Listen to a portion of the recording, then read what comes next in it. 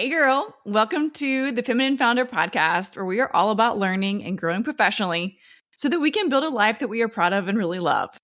My name is Caroline, and I'm a social media marketing expert, obsessed with helping female entrepreneurs with starting, growing, and scaling their personal brands and business online. This podcast is all about sharing our stories and learning from each other on how to navigate our professional journey so that we can live our best lives. So if you're just starting out or are growing and scaling an epic company, you're in the right place, friend.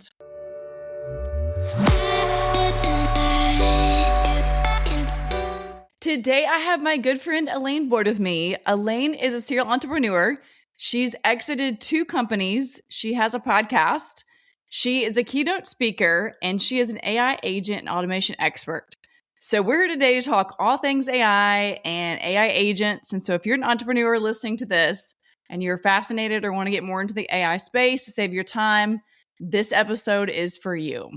Welcome, Alane. Oh, thank you for having me back. I'm so excited. I'm so happy to have you here. And I'm just going to tell the listeners we've actually met in person since our first podcast. So that's exciting. I know you came and met with me in Nashville. It was awesome. In real life is the best. So to reintroduce you, you're a keynote speaker. You're an AI agent automation expert. You're an active leader in EO Nashville and a TEDx speaker in Nashville. How did you do it? Just like never giving up and just suffering a lot to get there. But I mean, just keep learning, and meeting people is the best part of it. And if nobody knows you, then you're never going to get anywhere. So, networking. That's why I was so appreciative of you telling me you're going to be in Nashville and got to meet with you. But I don't do it alone. I do it because I got people to support me, and I just really just invested into relationships. I love that you said that, because the exact same thing has been the story for me. And it was scary in the beginning and feels weird because networking doesn't come natural to most people. And even though I would consider myself an extrovert, it's still, especially when you're starting a business or a podcast, like telling people about what you're doing is scary. It is. And I don't like, when I think of networking, I think of sales, but that's not even what I'm doing. I'm just really just showing up. I just show up and I keep showing up, and eventually somebody's going to know who I am. And I'm one of those introvert extroverts. Like, I'm only extroverted for so long before I'm too nervous to be here. Yeah, I mean, I love your story. I mean, you've sold to different companies, you speak on stages, you've led some amazing groups. I mean, what are you most proud of professionally and personally? I want to know both. Oh, gosh. So personally, raising a confident, adaptable child. He's 10, and I'm always just like, man, he just really goes for it, and just the most kind way that he shows up for himself.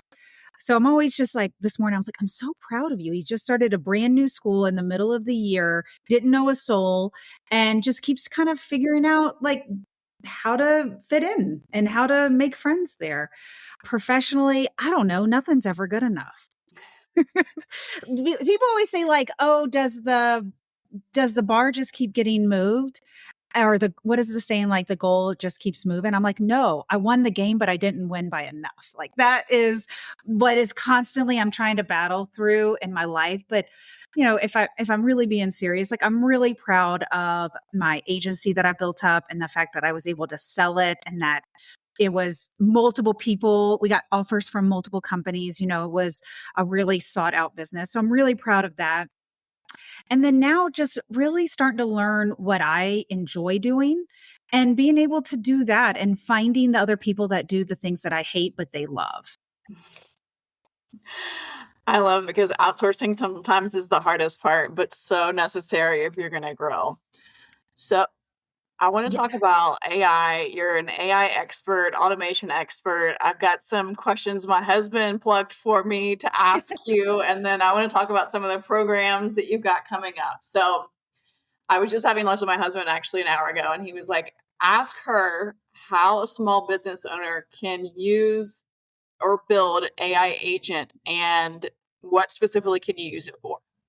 So when we're talking about small companies, resources are strapped, and that can be time, resources, it can be people, it could be money. And so you really got to look at what is a small win that is going to save time, that's going to minimize the agent build out. So a lot of times we go in with a company and they want to automate a massive workflow. Well, it takes 3 months to even be able to understand their workflow because nobody really knows what their workflow is. Nobody knows. So what is something really small? You don't have to automate the whole process, but look at something really small. So an example is we have Decker, the kickoff deck maker. So we name all of our agents. So Decker creates our kickoff decks for new client onboarding. So we do the kickoff call, we go through a deck, and his only job is to take the transcript from the sales call and create our kickoff deck from a template. So we have a Google Slides template and have placeholders. The agent goes and fills in those placeholders. What are the top priorities of the client? What are next steps that need to be done? So like really just looking at these little bite-sized pieces and being able to automate that. And maybe, Caroline, too, we take a second and talk about like what the difference between an AI agent and just use an AI chat is, if that's okay. Yeah, and let's back up and start there. Okay. So most people think of AI as like, I'm going to go to ChatGPT or I'm going to go to Claude and I'm going to chat with it. Well, if you think about that relationship between you and the AI chat, it's very manual, right? You are going in and writing the prompt. It gives you an answer, and then it's up to you to go and do something with that. An AI agent has a trigger, and it's not you necessarily. So it can be that a sales call was just finished and it goes into Pipedrive and automatically updates the notes, moves it to the next stage in your CRM. So the agent can take a trigger from something and go and take action for you. It's connected to your software platforms and can produce the result. So it really is your personal assistant or your company's assistant because it can take information and go do the job. So that's where we're really looking at how does AI scale teams? And we have 41 agents who work for us. And we name them all because they are doing the work of real people that our team members used to do. That is seriously so mind-blowing and fascinating because as you were sitting there describing it, I was thinking in my mind, like a human actually taking the transcript from the meeting, moving it to whoever is the closer of the sale or whatever, fill in the blank that the trigger is. Okay, and for people that don't know, what's a trigger? A trigger is just what is the action that happens for the rest of the automation to happen. So a trigger could be the sales call just happened and you're using an AI recorder like Fathom or Grain or Fireflies. Well, the agent or the automation can be watching your Fathom account for that to be done. That's the trigger. The trigger is Fathom just recorded a video and there is one available. And so it kicks off the automation. And what's so great about these triggers is that the human does not have to be a part of it. It can be. So I have Polly, she creates our proposals for us. Polly, her trigger is the proposal status in our CRM Pipedrive. So when I move it to proposal status, Polly goes, oh, I just got triggered. Let me go take care of all the rest. She goes and looks at the transcript from the sales call and goes and fills out our proposal from our template proposals. That is freaking brilliant. So at what point does a real human have to come back in? So I always say an agent honestly should only get you 80% of the way there, because what we're reducing is, think about how much is just data movement in your day. Mm-hmm. Most of our day, all of us are moving data from one place to another. And we don't think of it like that because we think of, these are things we have to do. And we associate our value to getting those things done. When the value isn't there, our value is being creative, strategic, have judgment. AI does not have judgment. It cannot make those calls that a human can. And so, even with Polly, who creates my proposals, I still go through and make edits to it, but it saves me on average 2 to 3 hours per proposal. That's huge. That is huge. And, most founders, that's the last thing that is on the list, even though it's what gets us the sale. It is so time consuming that a lot of times founders are doing those late in the evening. And just like we were talking before we jumped on this pod, my husband's a brilliant lawyer, but he still misses things in his contracts at times. I hope none of his clients are listening to this. So AI goes in and helps fix those things. And it's those small details that the human mind just graces over or is tired and reviewing this contract like you're talking about. It helps create the consistency that we want. And so there's another piece of AI here that has really become revolutionary with AI that's not quite an AI agent, but it's not chatting with AI either. It's really the middle part, and that is Claude Cowork. And so people are like, "Oh yeah, I use Claude." Unless you're using Claude Cowork, it is not the same. So, thinking about it's the desktop app. So you download the app. It's a paid version. It's cheap to start. Don't get stressed. But even with that example of a legal document, they have plugins for that you can use. So there's all kinds of plugins. There's a sales plugin, there's a legal plugin, but because we're only as good as we are that day, and these plugins really help shape things for us so that we don't forget things. So the legal review one goes, "Hey, can you review this document?" It'll review it and say, "Hey, these are some things you should consider." Now, it doesn't replace the lawyer. You still need a lawyer, but this gives you either talking points or things that you hadn't thought of, even if if you're not a lawyer, obviously. So I had with my CPA, we do R&D credits, research and development credits every year because we're a technology company. We're building tech for people. We build tech for ourselves. I have been doing this for 15 years. But this year with Claude Cowork, I used the finance review and I'm like, "Hey, could you take my statements, my credit card statements for this year and make ideas for what I should add to my R&D credit spreadsheet for my CPA?" And it pulled out things and had ideas that I had never considered. Now, I still need my CPA, but this found a whole thousands of dollars for me to discuss and have that conversation. So it's the perfect, I think, just way to excel what we're doing with AI, but still do it in a very approachable format, meaning we don't need to be super technical people. To build an AI agent, we need to be technical. But to use Claude Cowork, it can be an everyday person. That's a brilliant example and something that I wouldn't have thought of either. To use this technology to go into our tax itemizations or our invoices or billing or any of our financial stuff and find things that we can use to write off. Okay, so what is the difference between Claude and Claude Cowork? So there's a few different levels. So Claude, most of us have used just the chat where we go to the browser, we go to Claude and we chat with it. Claude came out a while ago with Claude Code. So how does a developer use Claude to help software develop? But they saw this need for like this middle ground. How can an everyday person use Claude Code, but use it in an approachable way? And they came up with Claude Cowork. So you've got these kind of 3 segments to Claude, and they developed it via a desktop app. So you just go and download it. Now I have found, I'll try going to Claude Chat. It's still available in the desktop app. So you can go to chat or toggle to Cowork or toggle to code. And I'll go to chat to do something. It's like, hey, this is actually better to go to Cowork for. So the other thing with Cowork is that it integrates with your software platforms. So for instance, I went to Cowork and I said, "Hey, can you look at my previous 2 weeks emails and find any sales related emails that I need to follow up on?"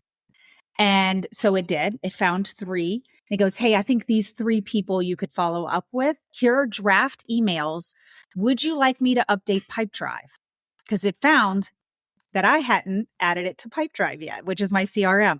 So it went to my CRM, created a contact, an organization, and a deal for each one of those 3 that I had missed.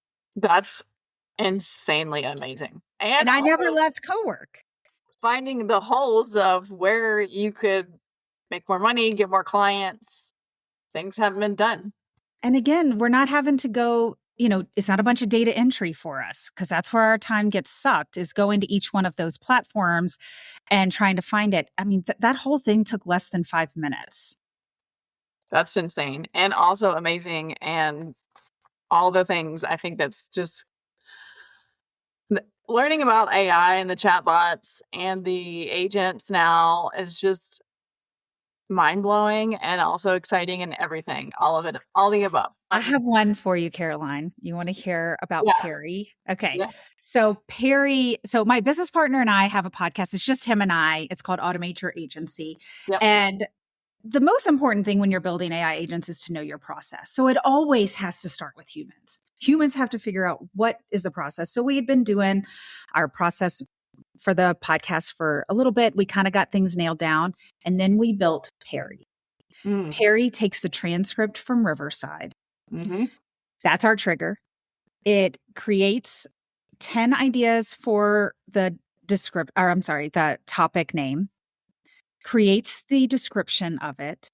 It goes, if we reference a previous podcast in it, it goes and grabs the link and puts it in the show notes for us. Wow. It creates so we use ClickUp as our project management system. It creates the task in our podcast project. From the template for podcasting, automatically assigns the humans that need to get things done, puts the link for the show notes and topic names, everything in there, creates our Dropbox folder for all of our asset, like images and stuff like that, creates it in the right folder, and creates the email announcement copy for us. That's wild. So that whole thing saved 30 hours of work for us, because people go, oh, and this is the difference. People go, oh, I'm already using AI for that. But you had to go and do each one of those things. The AI is already built into the process. And I'm telling you, eliminated 30 hours of work. I'm just thinking how much time that would save. I mean, that's so amazing. So cool, especially how you just broke it down on how you use it for your podcast specifically is amazing. And yes, that makes it the process less intimidating, less resistance of doing a podcast, because now you have a workflow of what you can do and how to use the tech to help you out to save your time. Yeah. And it has SOPs, like a standard operating procedure. You give the agent itself instructions. So, because the biggest thing people are like, well, I don't want to sound like AI and blah, blah, blah, but it's still saving you 80% of the work. And you can feed it instructions on your tone. You can give it examples of things that you've done. I mean, you needed to do it before, so you know the process, but you might like pick your 3 best newsletters or your 3 best descriptions that you liked, and it can reference those when it's building out the stuff for the new episode. Wow. Okay, so you have 2 workshops, cohorts coming up. Let's talk about those. You got the Claude cowork and you have the AI cohort coming up as well in the month of April. So yes. Tell me about the workshop. Who is it for? How can it help? Everything. So our Claude Cowork workshop, we're going to teach how to get it set up and also how to build skills. And you're going to learn what those things mean in the workshop. But skills are your SOPs so that Claude Cowork can do stuff over and over and over again for you without having to retell it every single time. So we've got that coming up on April 16th. It is in the afternoon, 2 hours, and you'll be off to the races. Then our AI agent cohort would be the next step, and that starts on April 20th. And you're going to learn how to connect these software platforms. What is an API? What is a webhook? We find most of the people that go through these cohorts are non-technical founders that need to understand how the heck do these things operate? What are these words that I'm hearing? And typically they'll take, if it's solo founder, it'll be them. But if they have a team, we see 2 to 4 people from a company coming through these, because there's 2 parts to this. One is understanding what is needed to build an agent, and then somebody in your company who loves tech, who wants to build these. Mm-hmm. And you need them to be aligned, or you're going to be constantly frustrated. Leadership's going to be over here going, well, why the heck isn't this done yet? Why is this taking so long? What's going on? And then the builder's going to be like, well, number one, We have a software that doesn't have an API. Number two, no one in the sales team can articulate the process. So I have no idea what to build. So it's really nice when you have both of these types of people going through together, because then when you leave the cohort, you understand as a company what is needed to be excelling at this, really, like really to make things happen.